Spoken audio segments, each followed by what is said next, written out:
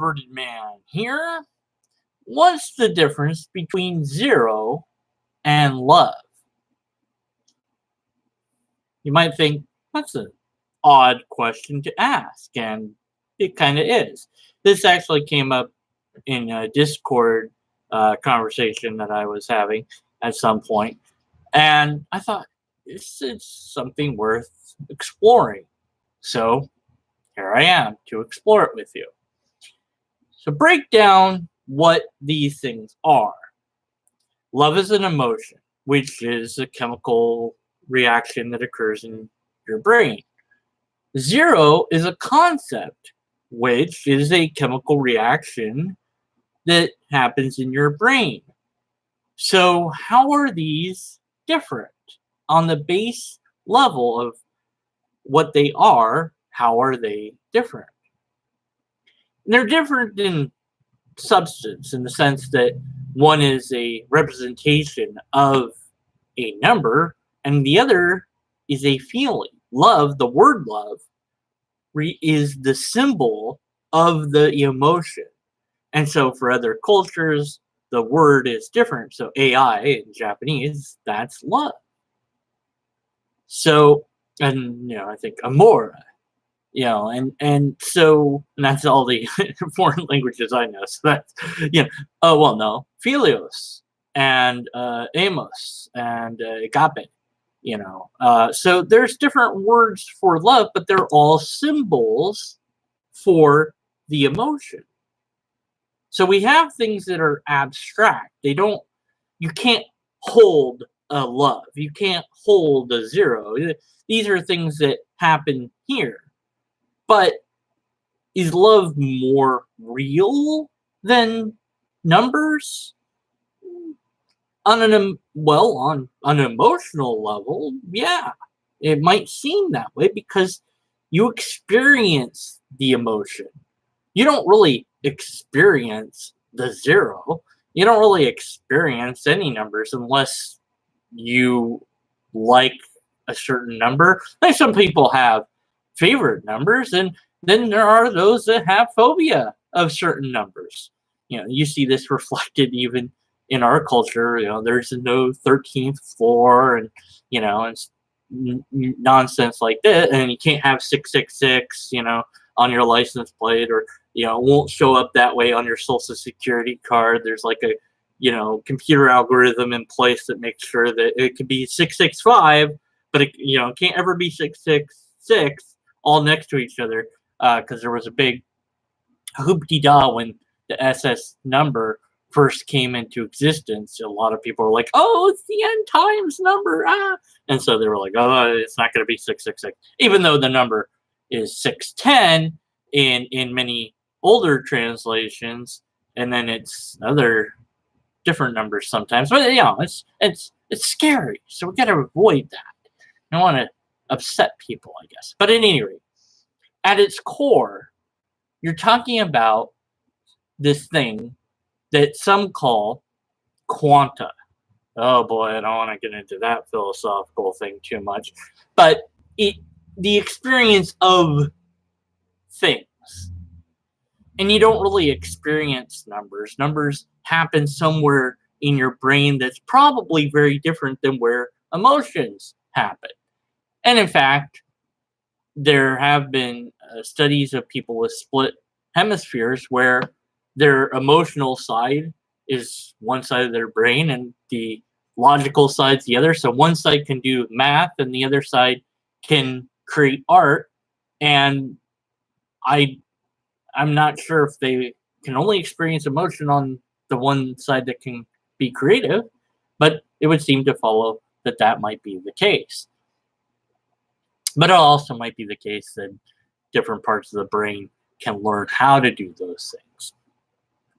Still, at its core, you could say these things aren't really the same because they're all just chemicals. Couldn't you chemically induce somebody to think about zero if you knew what area to probe in the brain, or what signals to zap in, or chemicals to introduce, or what electrical pulse that you needed to do, or maybe some sort of magnetic thing, or Yeah, maybe. And the same could be true for love. So at its core, if minds weren't the the place that they are in evolution, you wouldn't have numbers, and you wouldn't have love. At least not this sort of love. You'd have a different sort of love, because you see animals that express things that we would call love, and for all intents and purposes are loving.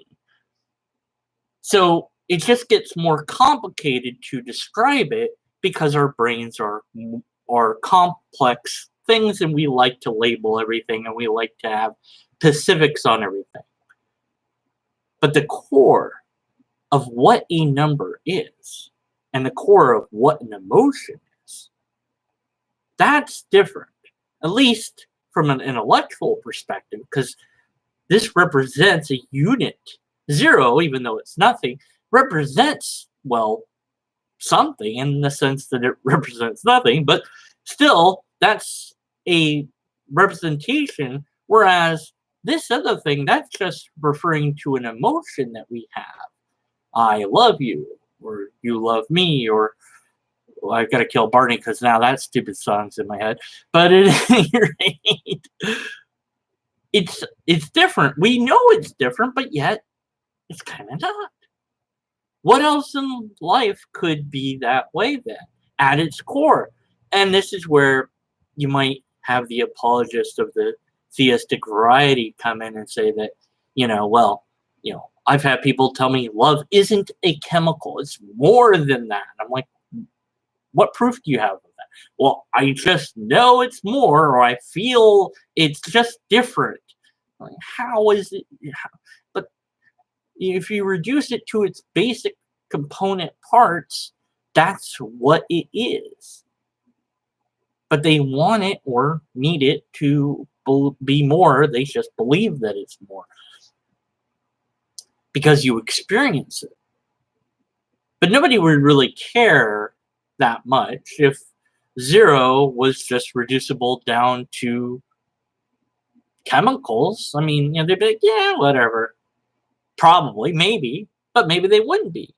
Maybe they would need zero to be something metaphysical.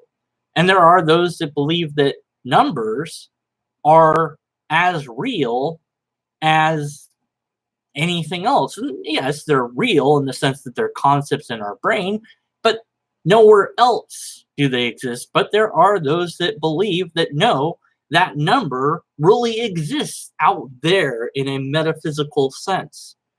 That the mind of God, if you will, is making these numbers an actual thing. That without that, you couldn't even have numbers in the first place. That the concept would be meaningless because you need a mind to conceptualize the concept, so therefore you need a God. And if you don't have a God, then no one could ever come up with the numbers. Such arguments, of course, rely on all sorts of faulty logic, but are very compelling emotionally speaking, because we recognize that we have numbers, and we recognize we have letters, and we recognize that it seems to be that only our brains can do this. Animals certainly aren't doing mathematics unless they're well trained. So that means something. That's important. And some even take it to another level in numerology, where numbers gain additional meaning. This happens a lot in the Old Testament, and even in some parts of the New Testament, where you will see certain numbers repeated, and these numbers are special in a way. They're divided or divisible by certain things, or they're round, or what have you. 12 and 7 and 3. 6 is also important. So all these things are representation. The 12 tribes of Israel, 12 apostles, 3, 3 days, and all this. 40 is also, 40 days, 40 nights. Why? Because these are special. They're magical. And the same is probably true for most of the ages of the various people in the Old Testament, where you see Adam living to 18 or whatever, and it's like, well, there's a symbolic reason for that particular number in Jewish numerology. But ultimately, the number is just a number. It doesn't mean anything more. It's kind of like saying, well, I'm a Scorpio, so that means something. No, it doesn't mean anything. In fact, the stars have moved since I was born, so now I'm kind of not Scorpio anymore. I'm the next one or the one before it or whatever. I don't know. But it doesn't really mean anything. Doesn't really affect reality. But our emotions can, because your emotions can influence you. So the number 0, well, that might affect you if you did some calculation wrong and built the bridge the wrong way or what have you. That certainly would affect you and other people if you're an engineer. But an emotion, oh man, that can change you like that in a moment. So in that sense, we can definitely say there is a quantitative difference between these two abstract ideas that exist as chemicals and exist in our brains and perhaps in the brains of other creatures, at least for love, but maybe not the number bit. Or maybe so, but just in a different way. Maybe it is the case that some creatures can conceptualize certain things that we would recognize as numbers, although the number 0 is interesting in that it took a while to develop the concept of 0.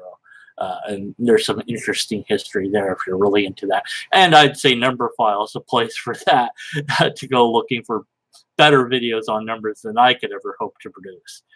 But I just thought that it'd be interesting to play with this idea of what's the difference between these two things, and to ask that question because you, who are watching or have watched now, might come up with some ideas of other things that you go, well, what's the difference between this and that? What is the difference between other abstractions, like a film and a movie? Is there a difference? What makes something an epic versus just a popcorn flick, or something of more substance, like what makes somebody a Republican versus a Democrat, or what makes someone an atheist by definition? That seems to be easy to resolve, and it is. But then what makes somebody a Christian? That seems like a harder question to really define, because what does it mean to be that? It depends on which denomination you're part of. Could an atheist say they're a Christian? Sure. There's really nothing stopping anybody from claiming to be anything, but yet we recognize different things to belong to certain categories, and so we tend to object to it when it's presented as something else. Is this cup just a bowl that's been extended outward? Well, no, it's a cup. But it's not a mug. Why? Well, it's just not what it is. But why isn't that? These sort of things may not have any answers at all, and I think I just invented a new word, maint. I'll edit that later. Oh wait, I can't. This is, of course, natural language. We tend to understand these words on hopefully similar levels.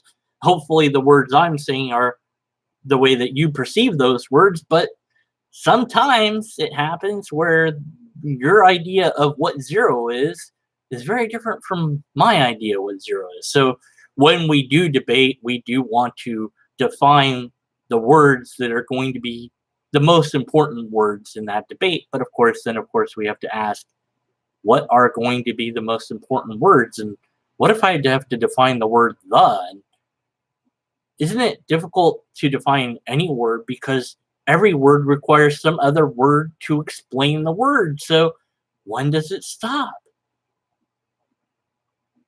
Well, I'll leave you with that question mark, and perhaps you can mull it over in the comments below. The cup might definitely be a mug, as somebody in chat said. Diana Cat loves me. That's an interesting. Paul's got main gun in purple. So hi to chat, and I think I've run the gauntlet on this particular topic. I wanted to give people something to play with and in their brain for a bit, and hopefully I've done that. So until next time, is there a painting? Okay, I'll answer this question and then I'll conclude. Is there a painting of a fish behind your head? You're talking about that? No, it's just, well, it could be. It's an abstract art, so it can be anything you want it to be.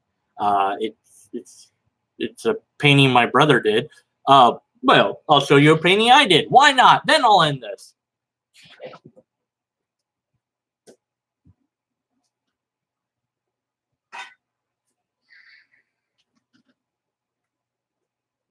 So here's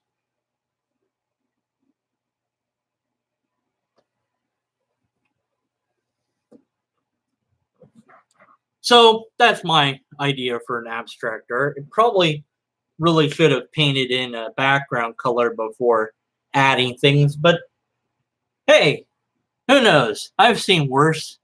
So, painting it was relaxing. I'm no artist per se, but throwing some colors on a canvas was pretty relaxing. Boy, that was a complete tangent from this. But what is art? There you go. There's another giant question mark. What is art? There you go. So is it trees? I don't know. It can be trees. It can be whatever you want it to be. Because it's abstract. So you can pretend it's anything. All right. Until next time, be skeptical, use logic, and of course remember, lobsters. Always the lobsters.